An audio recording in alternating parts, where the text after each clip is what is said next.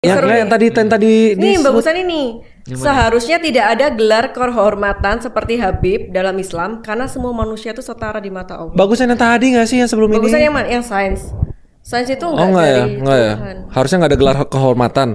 Oke, dua-duanya kita jawab sains tidak dari Tuhan. Ya, karena sains bertentangan sama agama. Oke, Bintang lu jawab yang terakhir. Yang Habib. Gokil. Oke, gimana? Menurut lu gimana? Gak apa-apa, ini kan pendapat. Yang mana? Yang Habib. Yang Habib. Harusnya nggak ada. Karena semua manusia itu setara di mata Allah.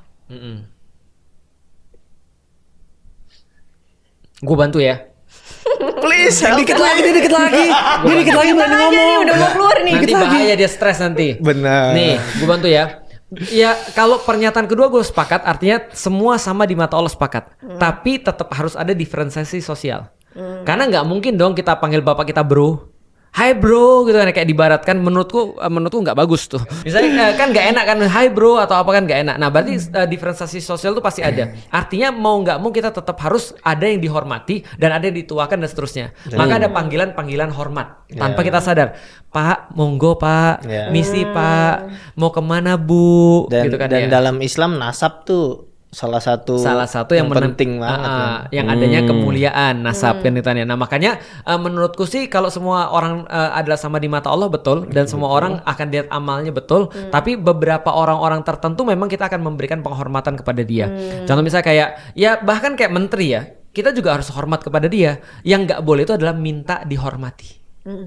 Itu nggak boleh tuh di dalam Islam. Yang di challenge itu proses dapat hormatnya itu loh. Iya, atau tadi Karena itu kan dapat proses hormat. manusia soalnya. Betul. Ya kan agama udah mendikte tertentu gitu loh, tapi proses manusia yang membuat orang bisa dapat hormat tertentu dan itu yang selalu disalahgunain. Nah, makanya itu penghormatan adalah proses aktif bukan proses pasif. Artinya munculnya dari kita bukan dari dia. Contoh ya, bapakmu dokter itu adalah bapakmu bukan kamu. Berarti ketika dia jadi anak dokter, dia tidak bisa kemudian merasa bahwa dirinya sudah jadi dokter. Nggak serta-merta ketika dia anak presiden.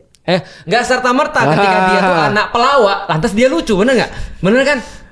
Betul, ya kan? Nah, maka ketika dia jadi anak pelawak nggak serta-merta dia lucu. Tapi ketika aku datang ke anak dokter, maka aku menghormati anak ini karena bapaknya, bukan karena dia. Tapi dia harus earns itu untuk aku hormati ke depan. Nah, jadi betul kita tidak dihormati karena sesuatu yang datang tanpa kita pilih, tapi kita dihormati karena sesuatu yang kita pilih. Sedap. Nah, tapi kan itu konteks ini loh.